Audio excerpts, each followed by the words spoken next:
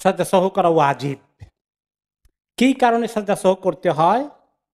প্রথমে কেউ যদি কোনো ফরজ কিছু মিস করে ফেলেন, নামাজের কোনো আইটেম, আর কারণ কামে যে ফরজগুলো আছে 13-14টার কোনো একটা যদি মিস হয়ে যায়, তাহলে তার নামাজ কি হবে? বাতিল হয়ে গেছে। সহজতা করে ঠিক করা যাবে? হবে না। আর যদি কোনো সুন্নত ছুটে যায়, সুন্নত ছুটে গেলে কি করতে হবে? কিছুই করা লাগবে না, নামাজ আদায় হয়ে গেছে। আর এই সুন্নত আর ফরজের মাঝখানে কি আছে? ওয়াজিব আছে। ওয়াজিব তারাক হয়ে গেলে সজদা করতে হয়। ওকে। আরেকটা হলো যে কোনো যেন ওয়াজিব ত্রুটি হয়ে গেছে, ওয়াজিব মিস হয়ে গেছে এই কারণে। আর 2 নম্বর হচ্ছে কোনো অতিরিক্ত কাজ করে ফেলেছে এই কারণে। এই 2 কারণে কি করতে হয়? সজদা করতে হয়, সেটা করা ওয়াজিব। রাইট? তার বিস্তারিত ব্যাখ্যা হচ্ছে আহ, যেমন কি কি ওয়াজিব তরক হতে পারে। 1 নম্বরে আমি হানাফি মাযহাবের কথা বলছি, সূরা ফাতিহা মিস করে ফেলেছে কোন রাকাতে, তাহলে ওয়াজিব মিস হয়ে গেছে, এখন সজদা করলে ঠিক হয়ে যাবে রাহমাকাল্লাহ। আর অন্যান্য মাযহাবে সূরা ফাতিহা মিস হয়ে গেলে কি করতে হবে? নামাজ বাতিল হয়ে গেছে, আবার নতুন করে দোহরাতে হবে। ওকে। 2 নম্বর হচ্ছে যে যে যে সমস্ত রাকাতে সূরা মিলানোর কথা ছিল, প্রথম 2 রাকাতে, 3 রাকাত 4 রাকাত নামাজের মধ্যে এই সূরা মিস হয়ে গেছে, রুকুতে চলে গেছে বাই মিস্টেক, অসাজদা করে ফেলেছে, একটা সূরা মিলাইতে মনে ছিল না, তাহলে এটার জন্য সজদা করতে হবে। ওকে। তারপরে হলো কেউ যদি সূরা ফাতিহাকে 2 বার পড়ে ফেলে, এটাও হানাফি মাযহাবে বলা হয়েছে যে সজদা করা লাগবে। এরপরে 3 বা 4 রাকাত নামাজের মধ্যে 2 রাকাতে পরে বসতে ভুলে গিয়েছেন, তৃতীয় চতুর্থ রাকাতে পড়ে ফেলেছেন, পরে মনে পড়েছে, তাহলে এই যে জালসা উলা প্রথম বৈঠকটা মিস হয়ে গেছে, তার জন্য সজদা করতে হবে। বসেছিল, কিছুক্ষণ বসে উঠে গেছে, আত্তাহিয়াতে পড়তে মনে নাই, আত্তাহিয়াতে মিস করে ফেলেছে, তাহলেও সজদা করতে হবে। হানাফি মাযহাব আরেকটা বলেছে যে কুনুত, যদি সালাতুল ভিতরে যে তাকবীর দিতে হয় কুনুতের জন্য, ওইটা ওয়াজিব, ওইটা মিস করলেও সজদা দিতে হবে। আর কেউ যদি দোয়া কুনুত পড়তে ভুলে গিয়েছে, তাহলেও সজদা করতে হবে। কিন্তু দলিলের দিক থেকে দোয়া কুনুতকে ওয়াজিব না বলে সুন্নত বলাই অধিকতর যুক্তিসঙ্গত। কাজে কেউ যদি সজদা মিস করে ফেলে, সরি, দোয়া কুনুত পড়া মিস করে ফেলে, তাহলে সজদা না করলেও চলবে। এই ফতোয়াটা অধিকতর স্ট্রং। যে নামাজ জোরে পড়তে হয় ইমাম, সেই নামাজ আস্তে পড়ে ফেলেছেন সূরা, যেমন ফজর নামাজে এশা মাগরিবে কেরাত আস্তে পড়ে ফেলেছেন জোরের জায়গায়, তাহলে এটা কারণে সজদা লাগবে। আর জোহরে আসরে যেখানে আস্তে পড়ার কথা, সেখানে আওয়াজ করে পড়েছেন, লাউডলি পড়েছেন, এই কারণে সজদা করতে হবে। এই কতগুলো কারণ। তারপরে আরো কিছু ব্যাখ্যা আসে এই কারণগুলো সংক্রান্ত। আহ জামাতে পড়লে ইমাম যদি মিস্টেক করেন, তাহলে তো ইমাম আর মুক্তাদি সবার উপরেই সজদা ওয়াজিব হয়ে যাবে, ইমামের যে মিস্টেক সেই কারণে। এই মুক্তাদি যে বলে ইমামের মিস্টেক হয়েছে, আমার তো মিস্টেক হয় না, আমি ঠিক আছি, তাহলে হবে না, তাকে ফলো করতে হবে ইমামকে। কারণ যখন ইনমা জুইল আল ইমামু লিইউতাম্মা বিহি, ইমামকে বানানো হয়েছে তাকে অনুসরণ করার জন্য। এরপরে কেউ যদি মাসবুক হয়ে থাকে, ইমামকে পেয়েছে 1 রাকাত 2 রাকাতে, পুরো নামাজে পায় নাই, পরে উঠে কমপ্লিট করেছেন, তিনি কমপ্লিট করতে গিয়ে নিজের মিস্টেক হয়েছে, এই অংশের মধ্যে মিস্টেক হয়ে গেলে ওনার সজদা যেখানে দরকার, এরকম কাজ হয়ে গেলে সজদা করতে হবে। আর ইমামের পিছনে থাকা অবস্থায় আত্মাহিত পড়া দরকার ছিল 2 রাকাত নামাজের পরে, তিনি আত্মাহিত পড়েন নাই, বসে আসছিলেন চুপ করে, কি চিন্তা করছেন আল্লাহ ভালো জানেন। পরে ইমান হলি ইন্নালিল্লাহ, আমি তো খামাকা বসেছিলাম, আত্মাহিত পড়ি নাই, তো পড়া তো ওয়াজিব। ইমামের পিছনে থাকার কারণে মাফ হয়ে গেছে, বেঁচে গেছেন, লাগবে না। কেউ যদি প্রথম বৈঠকে 4 রাকাত বা 3 রাকাত নামাজের প্রথম বৈঠকে বসতে ভুলে গেল,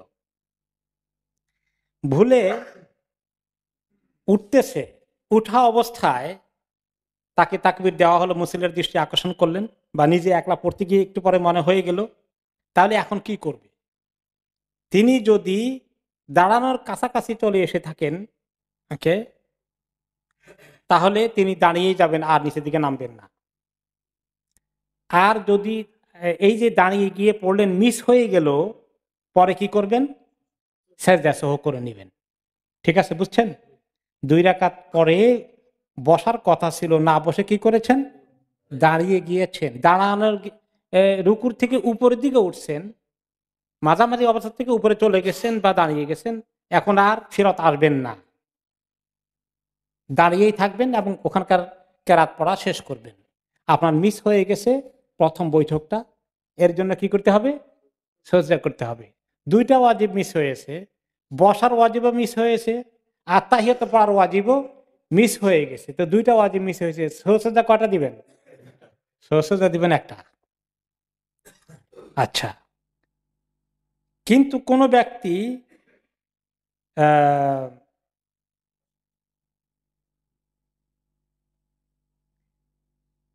উঠতে গিয়ে রুকু পর্যন্ত এসেছে, এর বেশি উঠে নাই, অথবা তার নিচে থেকেছে, তাহলে কি করবে?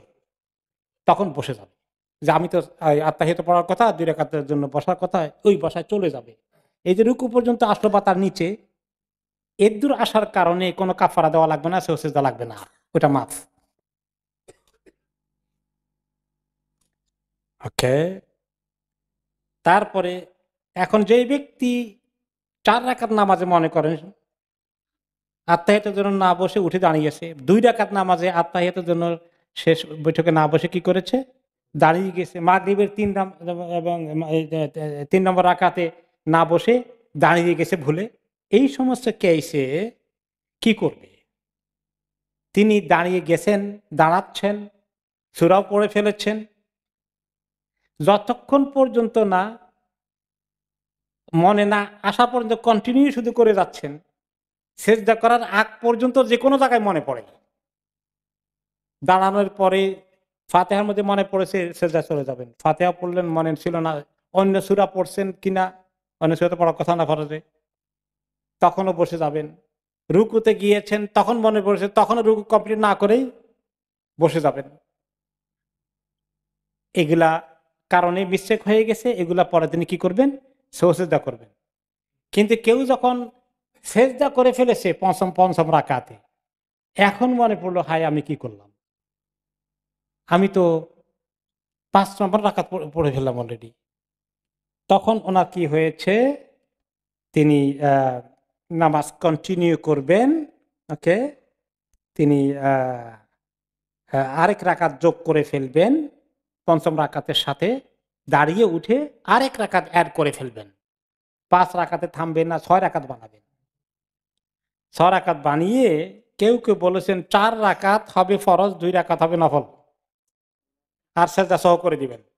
আর বাকি হানাফি মাযহাবের নিয়ম হচ্ছে না, পুরোটাই হয়ে যাবে নফল, তুমি ফরজ আবার পড়ো।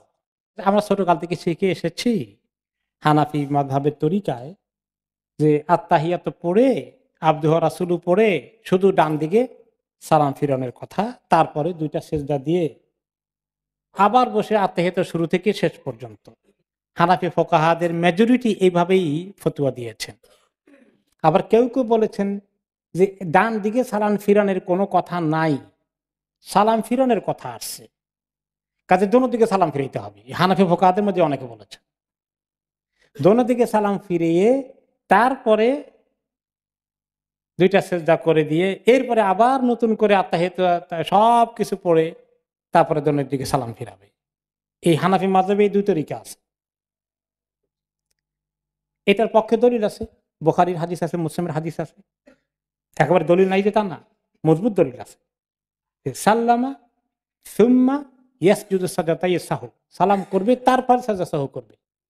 আবার বেশ কিছু রিওয়ায়াতে আসছে নবী করিম সাল্লাল্লাহু আলাইহি ওয়াসাল্লাম আমলের মধ্যে তিনি মিস্টেক করেছিলেন, ওনাকে যখন দৃষ্টি আকর্ষণ করা হয়েছে, তারপরে তিনি কি করেছেন, স্ট্রেট ওয়ে দুইটা সেজদা করেছেন, স্ট্রেট ওয়ে আত্তাহিয়াত সব শেষ করে, আব্দুহু ওয়া রাসূলুহু দোয়া মাসুরা সব শেষ করে তারপরে তিনি দুই দিকে সালাম ফিরিয়েছেন দুইটা সেজদা করে, আর আত্তাহিয়াত রিপিট করেন নাই, পড়েন নাই। এই বিষয়ে আমি চাচ্ছিলাম যে আপনাদেরকে কিছু দলিল নিয়ে আসবো। দেখি তার আগে আরেকটু কথা, কোন কোন ক্ষেত্রে সেজদা সহ মাফ হয়ে যেতে পারে, না করলে চলবে। যেমন জুমার নামাজে ব্যাপক বিশাল নাম্বার, এইখানে যদি কোনো ওয়াজিব তরক হয়ে যায়, ইমাম কিছু মিস্টেক করেন যেগুলো সেজদা সহ হওয়ার কথা, অনেক ফোকাহারা, হানাফি মাযহাবের ফোকাহারাই বলেছেন সেজদা সহ সাকেত হয়ে যায়, না করলে নামাজ আদায় হয়ে যাবে। কারণ বড় জামাতে সবাই ফলো করতে পারবে না, মিস্টেক হয়ে যেতে পারে। এই জন্য জরুরতের কারণে এখানে সেজদা সহ না করলে জুমার নামাজ সহি হয়ে যাবে। ঠিক তেমনি ঈদের নামাজের মধ্যে অনেক বেশি মানুষ আসার কারণে, বিশেষ করে ঈদের তাকবীর গুলো, এগুলো নিয়ে আমরা আলোচনা করবো পরে। ঈদের তাকবীর সুন্নত না ওয়াজিব, সব ইমামরা বলেছেন সুন্নত, হানাফি ইমাম হানিফা রাহমাতুল্লাহ আলাইহি বলেছেন ওয়াজিব। তারপরেও হানাফি মাযহাবের দৃষ্টিতে ঈদের নামাজে যদি ওয়াজিব বলেও তাকবীর এক্সট্রা মিস হয়ে গেলে সও সেজদা করতে হবে না। হানাফি ফুকাহাদের প্রচুর মতামত রয়েছে এই বিষয়ে। ফজর নামাজ কেউ যদি এত লেটে পড়েন, সূর্য উঠার বাকি 2-1 মিনিট আছে, আপনি তাড়াহুড়া করে পড়ছেন, আর এর মধ্যেই সও সেজদা হয়ে যায়, এরকম মিস্টেক করে পড়ছে, বলে তুমি সও সেজদা করতে গেলে সূর্য উঠে যায়, বাদ দাও, এটা মাপ, ওয়াক্তের শর্টেজের কারণে। ওকে, তো এরকম কতগুলো ক্ষেত্রে আছে। এখন আসি যে সও সেজদার এই যে দুই তরিকার ব্যাপারে, লিকুল্লি সাহউইন সাজদাতানি বাদামা ইউসাল্লিম, প্রত্যেকটি ভুলেরই দুইটা সেজদা আছে সালাম ফিরানোর পরে। এটা মুসনাদ আহমদে এসেছে, আব্দুর রাজ্জাক মুসান্নাফে রওয়ায়াত করেছেন। এরপরে বুখারীর হাদিস সুস্পষ্টভাবে যে যখন কেউ মিস্টেক করে বসে, দুটো আত্তাহিয়াত পড়ে তারপরে আহ, সালাম ফিরাবে, এরপরে দুটো সেজদা করবে, এটার ব্যাপারে যেমন দলিল রয়েছে। আবার সালাম ফিরানের আগে দুইটা সিজদা করবে, তার পক্ষে দলিল রয়েছে। হানাফি মাযহাবের ইমামের পক্ষে, এই ফতুয়ার পক্ষে ইমাম আলী ইবনে আবি তালেবের এই ওনার তাই মত, সাদ ইবনে আবি ওয়াক্কাস সাহাবীরও তাই মত, আব্দুল্লাহ ইবনে মাসউদ রাদিয়াল্লাহু আনহু সহিহ মুসলিমের হাদিসে রিওয়ায়াত করেছেন, ওনারও তাই মত যে সালাম ফিরে তারপরে সিজদা করবে। আম্মার ইবনে ইয়াসির, আনাস ইবনে মালিক, আব্দুল্লাহ ইবনে জুবাইর, আব্দুল্লাহ ইবনে আব্বাস রাদিয়াল্লাহু আনহুম, এই সব সাহাবীদের সবাই এই পক্ষে মত দিয়েছেন। তাবেঈদের মধ্যে হাসান বসরি, ইব্রাহিম নাখী, ইবনে আবি লাইলা, ইমাম আস-সাউরি, হাসান ইবনে সালেহ, ওমর ইবনে আব্দুল আজিজ, ওনাদের এই মত। এটা হলো হানাফি মাযহাবের মত। ইমাম শাফিঈর পক্ষে যে মত আছে, ওনারও এটাই, কাবলা সালামে আলাল আসাহি ইনদাহুম, উনি বলেছেন যে সালামের আগেই শুধু দুইটা সিজদা করে নিবে। ওনার সঙ্গে একমত হয়েছেন আবু হুরায়রা রাদিয়াল্লাহু আনহু, সাহাবীদের মধ্যে, তাবেঈদের মধ্যে মাকহুল, জুহরি, রবিআ, লাইস। ইমাম মালিকের মত আছে যদি কোনো ত্রুটি হয়ে থাকে, ওয়াজিব মিস করেছে, তাহলে দিবে সালামের আগে সও সেজদা, সালাম ফিরাবে না, তার আগে দুই সেজদা করে সালাম ফিরাবে। ওয়া ইন কানা লিজিয়াদা ফাবাদা সালাম, আর যদি অতিরিক্ত কোনো কাজ করে থাকে তাহলে সালাম করে এরপরে সও সেজদা করবে। হাম্বলি মাযহাবের অপিনিয়ন হচ্ছে যে যে সমস্ত জায়গায় নবী করিম সাল্লাল্লাহু আলাইহি সাল্লাম সালাম করেছিলেন সেজদার আগে, ওই সমস্ত জায়গায় আমরাও সালাম করব সেজদার আগে। আর যে সমস্ত কেসে তিনি সালাম করেন নাই, বরঞ্চ সেজদা করে তারপরে সালাম করেছেন, ওই সমস্ত কেসে আমরাও পরে করব। ওনার দুইটা তরিকা আছে। আর কোন কোন কেসে নবী করিম সাল্লাল্লাহু আলাইহি সাল্লাম ইয়ে করেছিলেন সেগুলোর লিস্ট এসেছে। আর আহলুল হাদিস বা জাহিরি মাযহাবের হচ্ছে যে সমস্ত কেসে নবী করিম সাল্লাল্লাহু আলাইহি সাল্লাম সেজদা সহ করেছিলেন ওইগুলোর মধ্যেই করতে হবে, আর বাকিগুলো লিস্ট জোগাড় করার দরকার নাই। সেগুলো দেখতে হবে কোনটা ছুটছে। ফরজ ছুটলে তাহলে তো নামাজ ধরাইতে হবে, আর ফরজ না ছুটছে সব মাফ, ওনাদের কাছে আর কোনো ওয়াজিব নাই। শুধু যে কয়টা কেসে নবী করিম সাল্লাল্লাহু আলাইহি ওয়াসাল্লাম সুজদা করেছিলেন ওই কয়টা কেসে। কি কি কেসে করেছিলেন? 5টি কেসে তিনি করেছেন। তিনি 2 রাকাতের পরে দাঁড়িয়ে গেছেন, ওনাকে দৃষ্টি আকর্ষণ করা হয়েছে, এখানে মিস্টেক করেছিলেন, যে তার 3 রাকাত বা 4 রাকাত নামাজে 2 রাকাতের পরে দাঁড়িয়ে গেছিলেন, এই কেসে তিনি করেছেন। আবার 3 রাকাত না 4 রাকাত নামাজে 2 রাকাত পরে সালাম ফিরিয়ে দিয়েছেন, এই আরেকটা মিস্টেক করেছেন, এখানে তিনি সিজদা করেছিলেন। আরেকটা হাদিসে 4 রাকাত নামাজে 3 রাকাতের মধ্যে সালাম ফিরিয়ে দিয়েছিলেন। তাহলে খালি এই আখেরি জামানার ইমামদের ভুল হয় না, নবী করিম সাল্লাল্লাহু আলাইহি ওয়াসাল্লাম জামানার ইমামদের ওনার নিজের ভুল হয়েছে, আল্লাহ তাআলা ওনাকে দিয়ে করিয়েছেন যাতে এই ইমামদের জান বাঁচে। ওকে, চতুর্থ হয়েছে যে তিনি একবার 4 রাকাত নামাজে 5 রাকাত পড়ে ফেলেছিলেন। তো তাহলে এতে বোঝা গেল যে নবী করিম সাল্লাল্লাহু আলাইহি ওয়াসাল্লাম এই 5টি জায়গায় সিজদা করেছিলেন। এইরকম কেস ছাড়া ওই ইমামগণ আর কোনো কেসে সিজদা সহ অ্যালাউ করেন না। তো এখন আসলো যে সিজদা সহর মধ্যে ডান দিকের এক সালাম কোথায় পাওয়া গেল? ডান দিকে এক সালাম ফিরানোর কথা কোনো হাদিসে নাই, কিন্তু শুধু ফোকাহাদের কওল আছে। এই ক্ষেত্রে ইমাম কারখি, ইমাম আবু হানিফার মাযহাবের তিনি বলেছেন,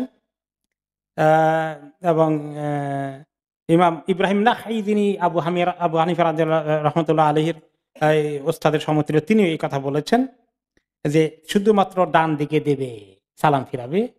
আর বাকি ইমাম রাগগুন বলেছেন দোনো দিকেই সালাম ফিরাবে, তারপরে গিয়ে সিজদা করবে। জুমার নামাজ ফরজ, যেভাবে 5 ওয়াক্ত নামাজ ফরজ, তবে জুমার নামাজ ফরজ নয় সবার উপর। কাদের উপরে ফরজ নয়? মুসাফিরদের উপরে ফরজ নয়। তো মুসাফিররা জুমা না পড়ে কি করবেন? জোহর পড়বেন। আর কার উপরে ফরজ নয়? মহিলাদের উপরে ফরজ না, ওনারা কি করবেন? জোহর পড়বেন। তবে যদি কোনো মহিলা মসজিদে আসতে চায়, আসার ব্যবস্থা থাকে পর্দা প্রশিদার মাধ্যমে, তাহলে ওনাদের জন্য জুমায় আসা জায়েজ আছে না নাই? আছে। তখন মসজিদে আসলে আর জোহর না পড়ে কি পড়বেন? জুমা পড়বেন। ঘরে থাকলে জোহর পড়বেন। তেমনি রুগী হসপিটালে তিনি তাই করবেন, যদি জুমায় শরীক না হতে পারেন জোহর পড়ে নেবেন। জুমা নামাজ এর ওয়াক্ত জোহর নামাজের ওয়াক্তই, এটা নিয়ে আমরা কিছু আলোচনা শুনেছিলাম নামাজের ওয়াক্তের টাইমের ভিতরে।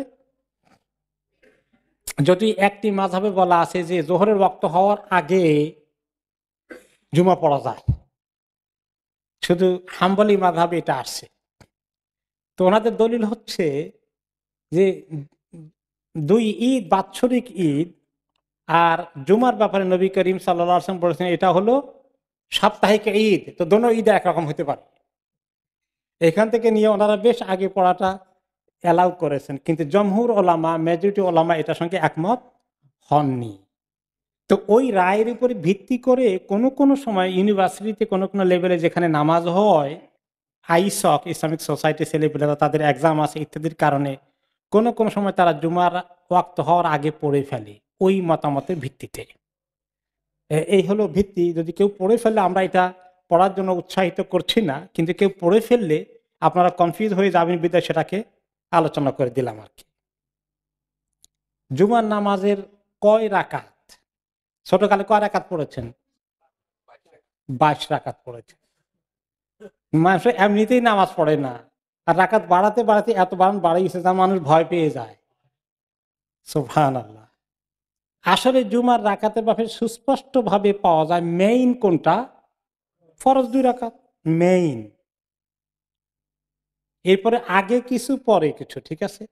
আগের ব্যাপারে দেখা যায় যে রাসূলুল্লাহ সাল্লাল্লাহু আলাইহি ওয়াসাল্লাম কিছু পড়েছেন কিনা কোনো প্রমাণ পাওয়া যায় না, উনি পড়েছেন বিধায়। উনি যখন ওনার হুজরা থেকে আসতেন, ওনাকে দেখে সাহাবী বেলাল রাদিয়াল্লাহু আনহু আযান দিতেন। কিন্তু সাহাবীরা যখন আসতেন, তিনি তো অনেক আগে আসতে উৎসাহিত করেছেন, যে ব্যক্তি অনেক সকাল সকাল আসবে হ্যাঁ, উজু করে তারপরে যা কিছু আল্লাহ তার কিসমতে রেখেছে নামাজ পড়বে, খুতবার অপেক্ষায় থাকবে, মনোযোগ দিয়ে খুতবা শুনবে, কারোর সাথে কথা বলবে না, এভাবে পুরো সুন্দর তরিকা মতো জুমা আদায় করবে। আল্লাহ তাআলা তাকে গত এক সপ্তাহ আরো 3 দিনের 10 দিনের গুনাহ মাফ করে দিবেন। যে যত আগে আসবে তাকে আল্লাহ তাআলা উট কোরবানি সওয়াব দিবেন, তারপরে গরু কোরবানি, তারপরে ছাগল কোরবানি, আরো লেটে আসলে মুরগি তো কোরবানি হয় না, মুরগি দান করা সওয়াব পাওয়া যাবে, তারপরে ডিম দান করা সওয়াব পাওয়া যাবে। তারপরে কমতে কমতে সব এত কমে যায়, ইমাম যখন খুতবা দেওয়া শুরু করে দেয় তখন যে সব লেখার জন্য যে ফেরেশতা গেটে দাঁড়িয়ে থাকেন, উনি দফতরটা বন্ধ করে খুতবা শুনতে আসেন। তাহলে বেশ আগে আসতে বলা হয়েছে। তাই বলে কেউ কেউ মনে করবে না খুতবা শুরু হয়ে গেছে, না পেলে গিয়ে লাভ নাই, কারণ আমার নাম লিখবে না, ফেরেশতা তো খাতা বন্ধ করে খুতবা শুনতেছে, এখন বাদ দিবেন না, তারপরেও আসবেন। জুমার খুতবা যদি কিছু মিসও করে ফেলেন, জুমার নামাজ যদি পেয়ে যান আদায় হয়ে যাবে, কিন্তু খুতবা শোনার অনেক বরকত খায়ের আপনি মিস করলেন। তো এই যে বলা হয়েছে আগে আসলে কি করবে, তিনি বলেছেন সল্লামা কুতিবালাহু আর সল্লামা কুদ্দের আল্লাহু, যে আগে আসলো আল্লাহ তাকে যত তৌফিক দিলেন, যে কয় নামাজ পড়ে তারপরে খুতবার ইন্তজার করে বসে থাকে, চুপচাপ কারোর সাথে কথা বলে না, এই তার জন্য এত এত সওয়াবের কথা তিনি বললেন। তাহলে কত রাকাত পড়তে বলেছেন? কোন রাকাত নির্দিষ্ট করে দেন নাই, আল্লাহ তাকে যা তৌফিক দেয় পড়ে। এখন 2 রাকাতও পড়তে পারে, 4 রাকাতও পড়তে পারে, 6 রাকাতও পড়তে পারে, 8 রাকাতও করতে পারে। ইমাম আসা পর্যন্ত যদি আরো আগে আসেন বেচারা আরো বেশি পড়েন, কোনো আপত্তি আছে নাই। আর যে লেইতে এসেছে সময় নাই, খালি 2 রাকাত পড়তে পারে, তার কাজও হয়ে গেল। তাহলে ওনার পক্ষ থেকে এমন কোনো ফিক্স করে দেওয়া হয়নি কত রাকাত হবে কাবলাল জুমা, কোনো কিছুদিন ফিক্স করে দেন নাই। পরবর্তী পর্যায়ে ইমামগণ তালাশ করলেন, করতে করতে দেখা যায় যে কোন কোন সাহাবী 4 রাকাত পড়েছেন, কোন কোন সাহাবী 2 রাকাত পড়ে বসে আছেন, কোন কোন সাহাবী 8 রাকাত পড়েছেন। এমনি হানাফি মাযহাবে 4 রাকাতের কথা বলে দিয়েছে, কিন্তু এটা এমন করে সুস্পষ্টভাবে কোনো হাদিস থেকে প্রমাণিত হয়নি যে এই 4 রাকাতই পড়তে হবে, কমও পড়া যাবে না, বেশিও পড়া যাবে না, এত মজবুত করে কিছু নাই। কিন্তু কেউ যদি 4 রাকাত পড়ে বসে, কোনো অসুবিধা নেই, এটাও ঠিক আছে। 4 রাকাত পড়াও ঠিক আছে, 2 রাকাত পড়াও ঠিক আছে, 6 রাকাত, 8 রাকাত, আনলিমিটেড রাকাত পড়াও ঠিক আছে। তাহলে এখানে এই ক্ষেত্রে যে সুন্নতে মুআক্কাদা, এই কথাটা পরেরটার সঙ্গে এত মজবুত না, আগেরটা কিছু ফ্লেক্সিবল, পড়ার ব্যাপারে উৎসাহিত করা হয়েছে, কিন্তু নাম্বারটা ফিক্স করে দেওয়া হয় নাই। পরে বাদ আল জুমা, যেটা আমরা বলি জুমার পরে, এই ক্ষেত্রে দেখা যায় রাসূলুল্লাহ সাল্লাল্লাহু আলাইহি ওয়াসাল্লাম আমলের মধ্যে 4 রাকাত তিনি পড়তেন নিয়মিত। আর কোন কোন সময় মিস হয়ে গেলে উনি ব্যস্ততার কারণে পড়তে পারতেন না, জরুরি কাজ এসে গেছে, কাজে ঢুকে দিতেন, পরে তিনি ঘরে গিয়ে 2 রাকাত পড়তেন, এইভাবে রেওয়ায়েত এসেছে। তো কিন্তু কেউ যদি আরো 4 রাকাত পড়ে, আরো এক্সট্রা পড়ে, কোনো আপত্তি নাই। আরো 2 রাকাত পড়লো, আরো 2 রাকাত পড়লো, কোনো আপত্তি নাই। তো এইভাবে রাকাতটাকে এত বাড়িয়ে ছেলে পেলেকে ঘাবড়িয়ে দিয়ে 22 রাকাতের লিস্ট না দিয়ে এইভাবে সরাসরি নিলে কেমন হয়? ইজি হয়ে গেল, একটু একটু ইজি করা হোক, এত বাড়ানো, নফল টফল যোগ করে দিচ্ছে। নফল তো সারা বছর অ্যালাউড আছে, প্রত্যেক নামাজের পিছনে 2 রাকাত নফল, এটা অ্যাড করে দিয়ে ওই নামাজের নফল এরকম করে মুখস্থ করে দেওয়াটা, এগুলো বাড়াবাড়ি হয়েছে। কিন্তু নফল পড়ার কোনো আপত্তি নাই, আপনি পড়তে পারবেন, শুধু 2 রাকাত না, আরো বেশি পড়তে পারবেন। 4 রাকাত যে পড়বেন, আজকেও প্রশ্ন এসেছে যে জোহরের জুমার পরে 4 রাকাত, এটা কি একসঙ্গে 4 রাকাত নাকি 2 রাকাত 2 রাকাত করে 4 রাকাত? ঠিক জোহরের আগের 4 রাকাতের ব্যাপারে কোশ্চেন এসেছে। জোহরের আগের 4 রাকাত কেউ কেউ বলেন 2 রাকাত 2 রাকাত করে আলাদা করে, কেউ কেউ বলেন 4 রাকাত করে আলাদা করে। এইগুলোর ব্যাপারে হাদিসে বলা হয় নাই যে রাসূলুল্লাহ সাল্লাল্লাহু আলাইহি ওয়াসাল্লাম 2 রাকাত করে 4 রাকাত পড়েছেন, অথবা একসঙ্গে 2 সালামে, মানে এক সালামের মাধ্যমেই 4 রাকাত পড়ে দিয়েছেন, এরকম সুস্পষ্ট কিছু আসে নাই। কি আসছে? সাল্লা আরবা রাকাতিন, তিনি 4 রাকাত পড়েছেন। এই 4 রাকাত কি ওয়ান গো পড়লেন, না 2 বার করে 2 2 4 পড়েছেন, এটার ব্যাখ্যা আসে নাই। তখন ইমামরা উভয়টার পক্ষে, কেউ এই পক্ষে মত দিয়েছেন যে 2 রাকাত করে পড়া উত্তম, দুইবারে 4 রাকাত, আর কেউ বলেছেন 1 রাকাত পড়া উত্তম। ওনাদের পক্ষে কোনো দলিল নাই, কিন্তু যুক্তি আছে। কোন কোন ক্ষেত্রে যুক্তি ব্যবহার করেছেন, কিয়াস ব্যবহার করেছেন। যারা বলেছেন যে 2 রাকাত 2 রাকাত করে পড়া উত্তম, তাদের যুক্তি বা কিয়াস হচ্ছে যে যেহেতু 2 রাকাত পড়লে আপনি অতিরিক্ত কিছু আমল করবেন, এক্সট্রা আমল হবে না? আত্মাহিয়াতের পরে দরুদ শরীফ পড়ছেন, তারপরে দোয়া মাসুরা পড়ছেন, তাহলে বেশি করে পড়া হলো 2 রাকাত 2 রাকাত করে পড়লে, একটু কামাল বেশি হয়ে গেল। কাজে এতে একটি এডিশন সওয়াব পাবেন বিধায় 2 রাকাত 2 রাকাত করে 2 বারে 4 রাকাত পড়াটা উত্তম, এটা হলো ওনাদের যুক্তি। আর যারা বলেছেন 4 রাকাত একসঙ্গে পড়া উত্তম, তাদের যুক্তি হলো যে রাতের নামাজের ব্যাপারে নবী করিম সাল্লাল্লাহু আলাইহি ওয়াসাল্লাম বলেছেন সালাতুল লাইলি মাসনা মাসনা, রাতের নামাজগুলো 2 রাকাত 2 রাকাত করে নিয়ত করা ভালো, যে কোনো নামাজ, শুধু ওই ফরজ ছাড়া, সেটা তো 4 রাকাত পড়তেই হবে, যেহেতু রাসূলুল্লাহ সাল্লাল্লাহু আলাইহি ওয়াসাল্লাম এশার ফরজ 4 রাকাত পড়েছেন। এবং কিন্তু বাকি নফল সুন্নতের কিছু থাকলে রাতের নামাজগুলো 2 রাকাত করে পড়াটা উত্তম। এই জন্য আমরা তারাবি কয় রাকাত করে পড়ি?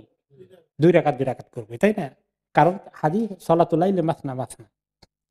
তো তারা বলছেন তো যেহেতু রাতের নামাজ 2 রাকাত করে পড়াটাই উত্তম হাদিসে বলা হয়েছে, এই জন্য তো দিনেরটা তো 4 রাকাত করে পড়া অ্যালাউড আছে, একমাত্র সুযোগ দিনেই পড়া, কাজে সেটা পড়াটাই উত্তম হবে।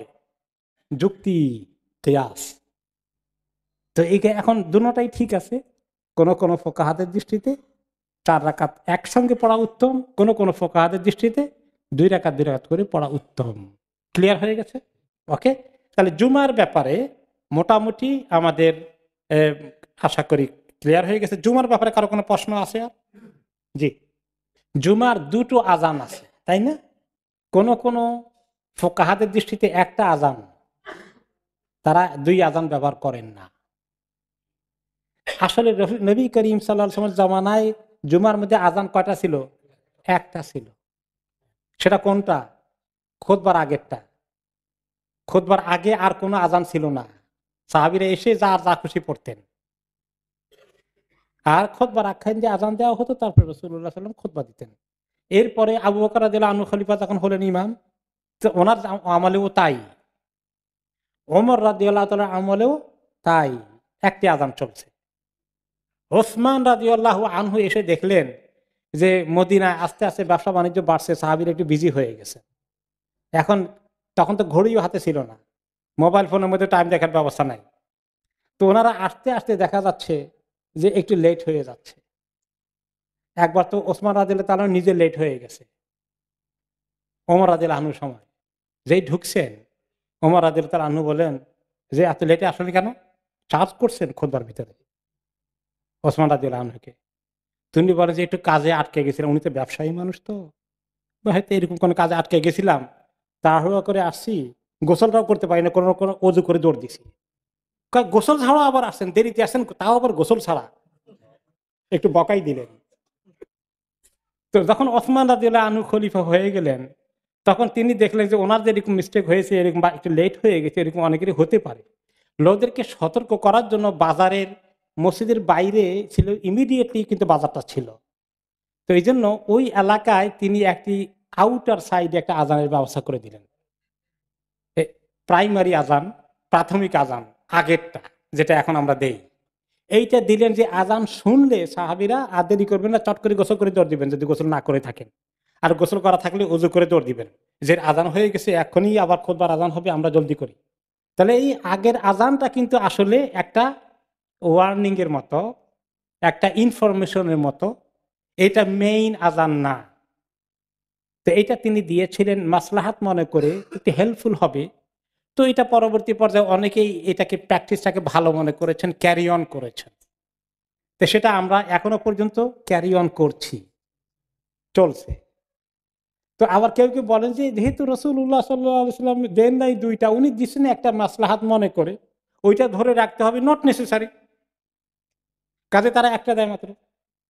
এখানে বিশেষ করে ইউনিভার্সিটি কলেজগুলোতে শীতকালে বা কোনো কোনো সময় সামারেও যখন এত কম টাইম থাকে, ছাত্ররা যখন বিভিন্ন ইউনিভার্সিটি জমা হয়, তখন তারা কি করে, কোনো কোনো ক্ষেত্রে এক আজান দিয়েই, খুতবা দিয়েই মুক্তাসার তারা নামাজ পড়ে আবার ক্লাসে যাওয়া লাগে। শরীয়তে এই সুযোগ আছে কিনা? আচ্ছা আলহামদুলিল্লাহ। তো কেউ কেউ যদি এটা না জানি বলবে দেখো কি জুমা পড়লে মাত্র একটা আজান দিলে কিচ্ছু জানে না। জানার মধ্যে এই ফায়দাটা আছে, তাই না? তবে আমরা কোনো ক্যাম্পেইন করছি না যে পয়লা আজান উঠাই দেওয়া হোক। থাকার মধ্যে আমাদের প্রিপারেশন নিতে সুবিধা হবে, আগে এসে আমরা কিছু কাবলার জুমা পড়তে পারবো, কিছু আগে আসতে পারবো, ভালো।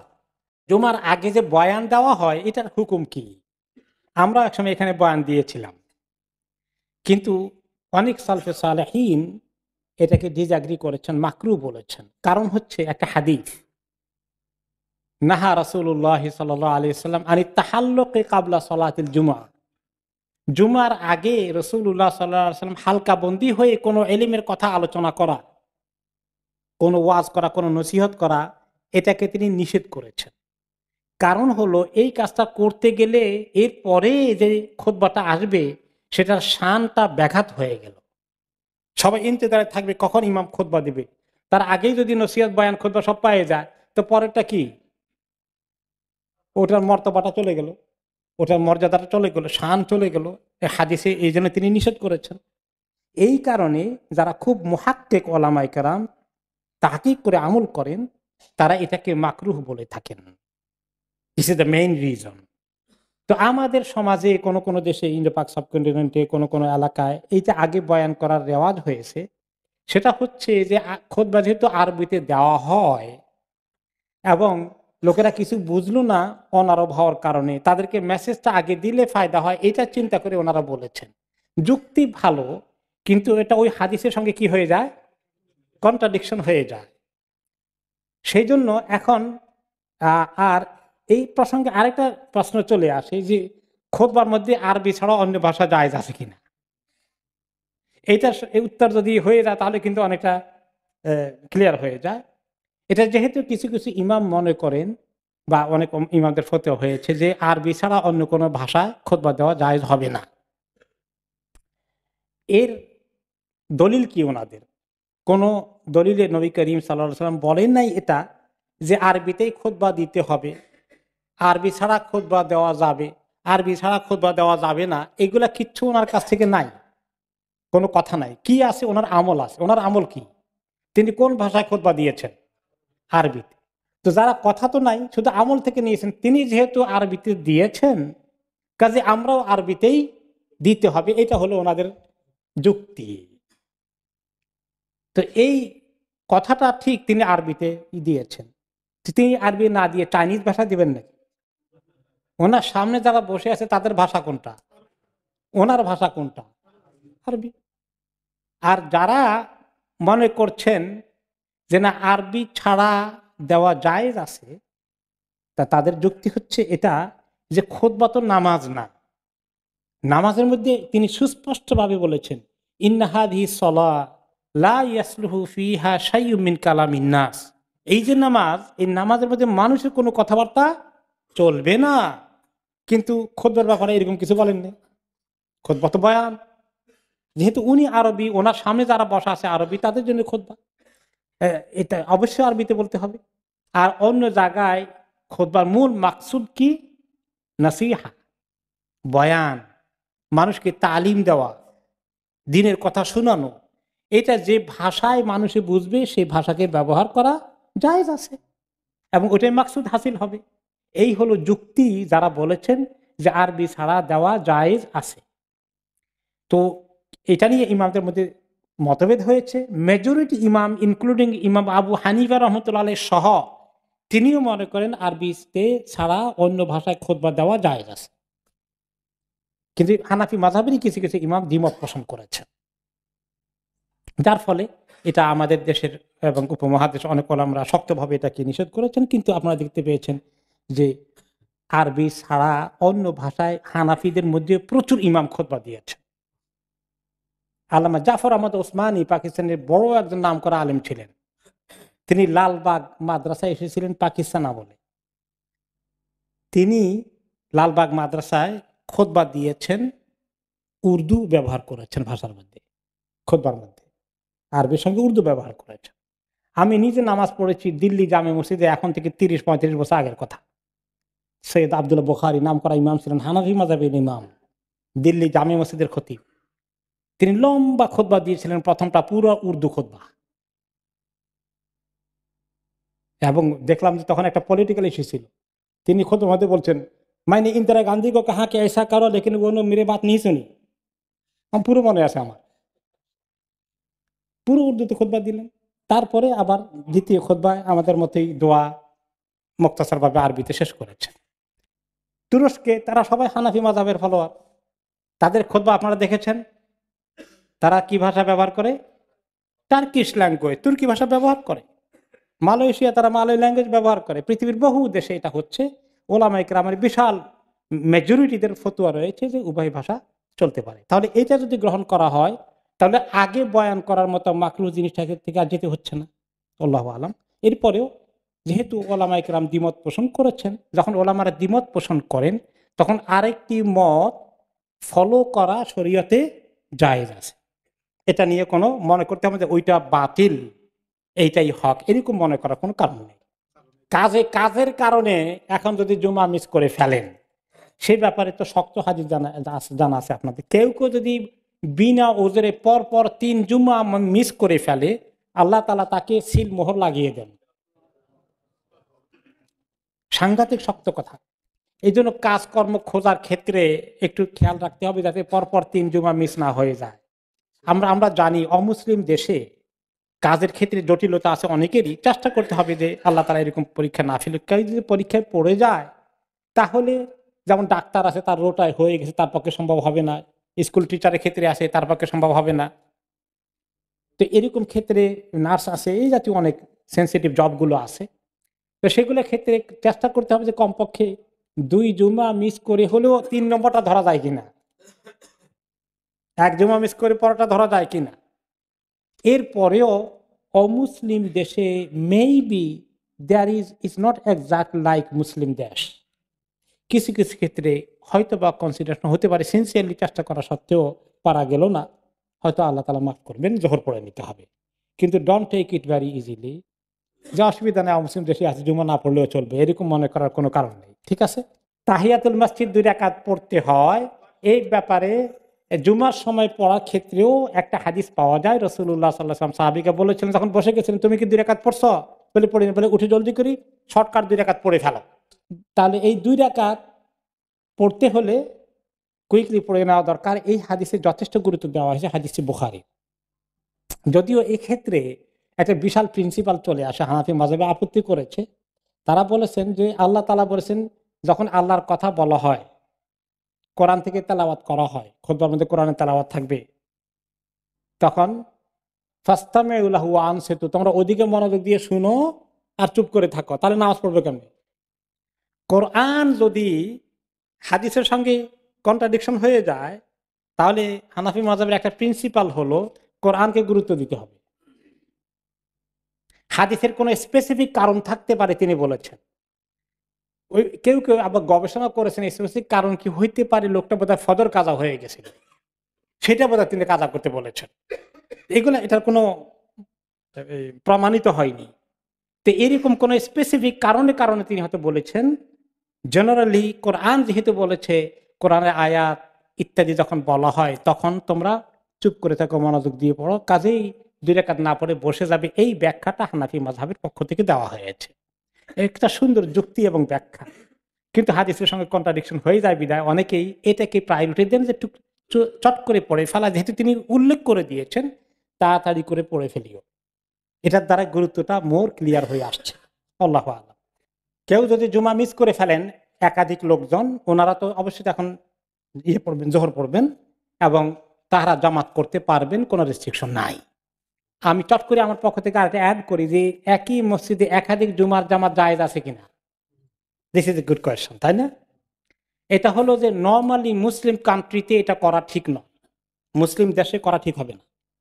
কারণ মুসলিম দেশের জন্য এই জুমার নামাজের ফ্যাসিলিটি অ্যাভেলেবেল করতে হবে, মসজিদকে বাড়াতে হবে, যাতে করে একাধিক জামাত না করা হয়। কারণ মূল উদ্দেশ্য কি জুমার? এলাকার লোকালিটি সবাই একসঙ্গে এক জামাতে নামাজ পড়বে। ঈদের ক্ষেত্রেও তাই, যে মুসলিম দেশে তাই করা উচিত।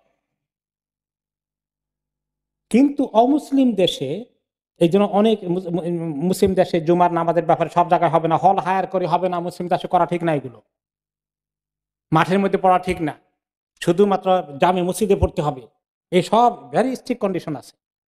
কিন্তু অমুসলিম দেশের ব্যাপারে ওলামা একরাম ছাড় দিয়েছেন। কারণ কি? এখানে ওই পরিবেশ ইচ্ছা করলেই করা যাবে না, এই জন্য একাধিক জামাত হতে পারে। তবে একান্ত প্রয়োজন হলে করবে, প্রয়োজন না হলে করাটাকে অ্যাভয়েড করাটাই উত্তম। মেইন স্পিরিট এক জামাত, সাহাবা একরাম রাসূলুল্লাহ সাল্লাল্লাহু আলাইহি ওয়াসাল্লাম এক জামাতই করেছেন।